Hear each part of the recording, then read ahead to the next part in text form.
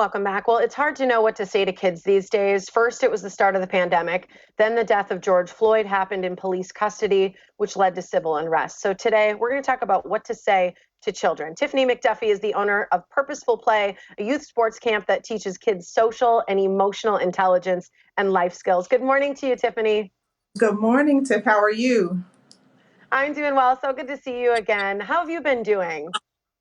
Honestly, I'm probably stressed and a little bit saddened by it all, like the rest of the world, but I remain hopeful. I like to hear that. I think it's a really tough time, and I have a lot of empathy towards the world right now. And I think everybody's sort of on the empathy overload, and kids in particular take in so much. They hear everything, they see everything, and they're a lot littler and don't always have the words to say how they're feeling. So how do you talk to kids, especially the ones that you work with or your family? How do you talk to kids these days? I think it's just important for us all to just lay it on them straight, and to address the elephant in the room. Like you said, they're watching TV, they're on social media, they're seeing it unfold, they're living it with us, and so just to really talk about those tough topics, kids can tackle them. It's really that adults need to be willing to or brave enough to have the conversations and just to use the terms, use racism, use brutality, use pandemic, and explain to them what those things mean and how they can remain safe during this time.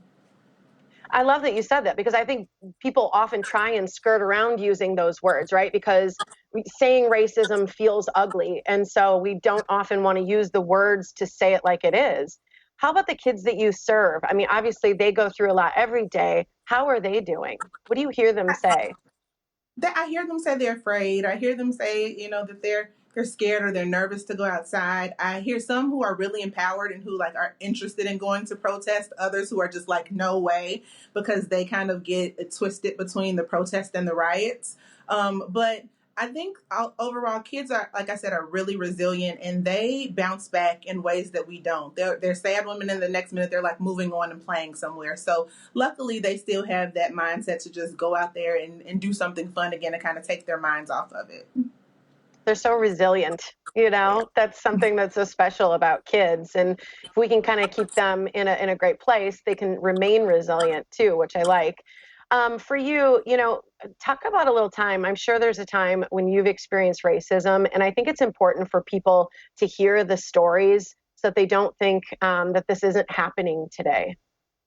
Absolutely. It's funny because I personally can say that I cannot remember a time of, like blatant racism, but my entire life there has been times where there were just like microaggressions. I can think back to grammar school and me moving to a new state and being the only black child in my class, and then my classmates saying like, "Oh, she's cool. She's black, but she's not black black." And I'm not knowing, as a kid that that's racist, but honestly it is. I am black, and I'm proud to be so. And even things like when we have the kids from camp out at outings or out to eat, people will walk up and say, "Oh, you have them trained very well." And it's like, "Oh, they're not trained. Why do you not expect them to have etiquette to know how to eat out and to behave accordingly?" And so just very things that people don't think are offensive can be very offensive. And then I guess another example is just like when I was working in corporate America, because I did that as an accountant for many years before opening this camp. And I was one of the only black female leaders. And I was told that I could not eat lunch with my subordinates because it would blur the lines, which basically meant I Oh, could not have lunch with other black people. And, part of why we opened camp was just to, raise the social emotional intelligence of black and brown children so that there can be more people in positions of leadership and that they know how to navigate in environments where they might be the minority but still just feel just as powerful.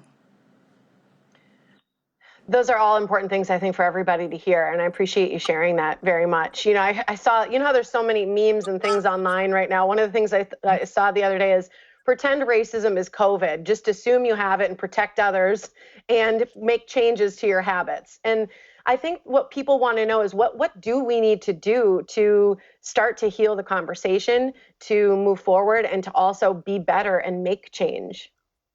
Again, I think just having the conversation, not, check on your friends who are people of color, make sure that you are, checking in on them, and admitting if you're uncomfortable and that you just want to learn more.